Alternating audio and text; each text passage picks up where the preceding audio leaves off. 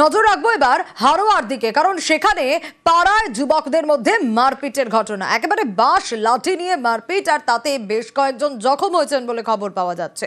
ইটের আঘাতেও কয়েকজন জখম হওয়ার খবর পাওয়া যাচ্ছে, কিন্তু ঠিক কি ঘটেছে ইতিমধ্যেই ভিডিও ভাইরাল হয়েছে এবং সেই ভাইরাল ভিডিওয়ে পুলিশের নজর রয়েছে। অনুপম রয়েছে আমার সঙ্গে। অনুপম, এই মারপিটের কারণ কি? ঘটনার সূত্রপাত কোন জায়গায়? দেখো, গতকাল বিভিন্ন জায়গায় একটি ধর্মীয় অনুষ্ঠান হয়েছে। সেই একই রকম ধর্মীয় অনুষ্ঠান হাওড়াতেও গোবিরিয়াতে হয়েছে। এই ধর্মীয় অনুষ্ঠান যখন শেষ হয় তখন সেখানে যারা ঢাক বাজাচ্ছিল তাদেরকে পাশের গ্রামের কিছু যুবক তাদেরকে আবার ঢাক বাজাতে বলে।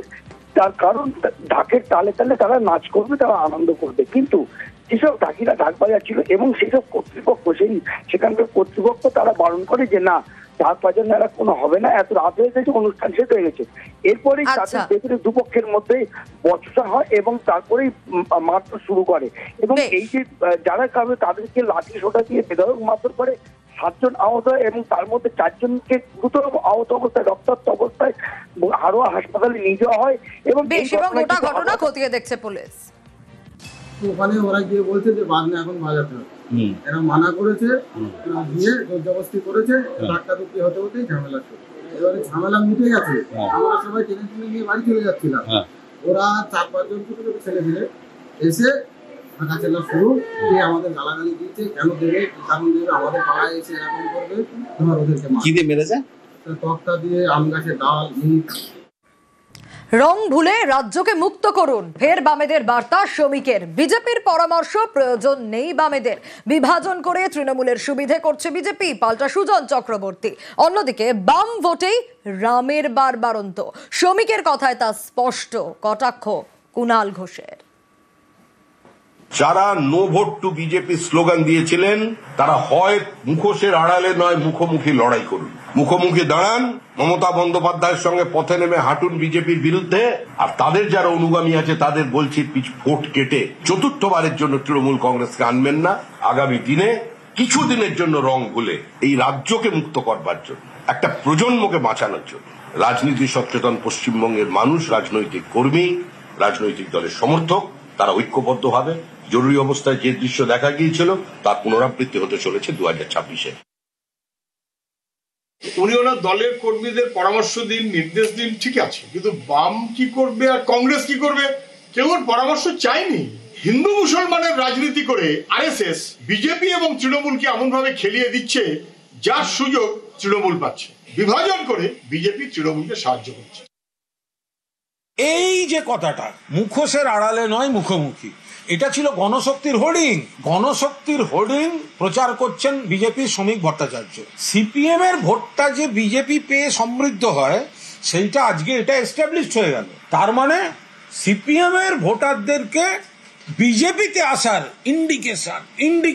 ইন্ডিকেশন দেখো, আমি তোমাদেরই লোক, কমরেড, তোমরা আমাকে ভোট দাও, আমাদের ভোট দাও। এ তো রামরেড তত্ত্ব একদম এস্টাবলিশড। ঘাটাল মাস্টার প্ল্যান বাস্তবায়নে আরো এক ধাপ, জমি কেনা নিয়ে দফায় দফায় প্রশাসনিক বৈঠক। সেখানে ঠিক হয়েছে বাসিন্দাদের যাতে সমস্যা না হয় সেভাবেই জমি কিনবে সরকার।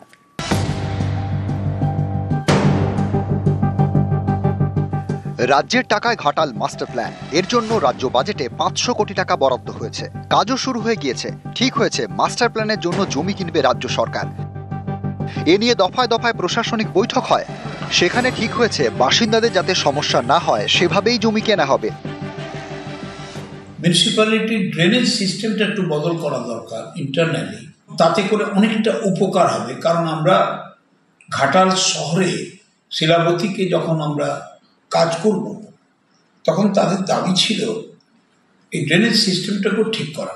আমাদের ইঞ্জিনিয়াররা সরজমিক তদন্ত করুন এবং দেখুন কতটা ভালো করা যায়। পার্ট অফ ঘাটাল মাস্টার প্ল্যানের ইম্পর্টেন্ট সেকশনটা, কম্পোনেন্টটা আমরা কাজে লাগাতে পারব। যেখানে সম্ভব জমির পরিমাণ কমানো, সেটা কমিয়ে একদম সায়েন্টিফিকভাবেই এটা করার চেষ্টা করা হচ্ছে। এমব্যাঙ্কমেন্টের ক্ষেত্রে যেখানে নদীর পাড়ে যে জমি যেখানে বেশি আছে সেখানে তো অবশ্যই কমানো যাবে। সেই জিনিসটা ওনারা দেখে সঠিকভাবে প্ল্যানটি আরও নতুনভাবে প্ল্যান করছেন যাতে করে কিছুটা মানুষের সেভ করা যায়। কম্পিউটার নেবে, আমার উপরে রয়ে যাবে। এটা আমাকে খুব খুশিতে। এসডি অফিসে মিটিং হয়েছিল, আচ্ছা এটা হোক, মাস্টার প্ল্যান হোক। ঘাটাল অনেকটা বাটির মতো, প্রতি বছর বর্ষায় ভাসে ঘাটাল, রাস্তায় নামে নৌকা। বন্যা মোকাবিলায় ঘাটাল মাস্টার প্ল্যানের দাবি দীর্ঘদিনের। 1982 সালে 10 ফেব্রুয়ারি ঘাটাল মাস্টার প্ল্যানের শিলান্যাস হয়, কিন্তু শুরুর পরেই বন্ধ হয়ে যায় কাজ। 2015-র 25শে মে জলসম্পদ মন্ত্রক প্রস্তাবিত প্রকল্পে ছাড়পত্র দেয়। প্রথম পর্যায়ে প্রায় 1215 কোটি টাকা খরচ ধরা হয়। খরচ ধরা হলেও ঘাটাল মাস্টার প্ল্যানের জন্য টাকা বরাদ্দ করেনি কেন্দ্র। সম্প্রতি কেন্দ্রীয় জলশক্তি মন্ত্রী CR পাটিল জানিয়ে দেন, ঘাটাল মাস্টার প্ল্যানের জন্য রাজ্যকে কোনো টাকা দেওয়া হবে না। আন্তর্জাতিক সংস্থা থেকে ঋণ নিয়ে প্রকল্প বাস্তবায়িত করুক পশ্চিমবঙ্গ সরকার। টাকা দেয়নি কেন্দ্র, কিন্তু সেই ঘাটাল মাস্টার প্ল্যানের জন্য গত বছরই টাকা বরাদ্দ করেছে রাজ্য সরকার। শুরু হয়েছে কাজ। সম্প্রতি বিধানসভায় মুখ্যমন্ত্রী বলেন, ঘাটাল মাস্টার প্ল্যানের জন্য টাকাই দিল না কেন্দ্র, রাজ্য নিজের টাকায় মাস্টার প্ল্যান করছে। বাজেট থেকে টাকা দিয়েছি। ঘাটাল মাস্টার প্ল্যান হয়ে গেলে মেদিনীপুর চন্দ্রকোনার বাসিন্দারা বাঁচবেন। 2 বছরে কাজ শেষ হবে। জমি নিয়ে সমস্যা হলে রুট ঘুরিয়ে নিতে চেষ্টা করুন, বসতি এলাকায় যেন কোনো সমস্যা না হয়। এরপরেই ঘাটালে বৈঠক। সেখানে ঠিক হয়েছে মাস্টার প্ল্যানের জন্য যতটা সম্ভব কম পরিমাণ জমি কেনা হবে। ঘাটাল থেকে সুকান্ত চক্রবর্তী, নিউজ 18 বাংলা।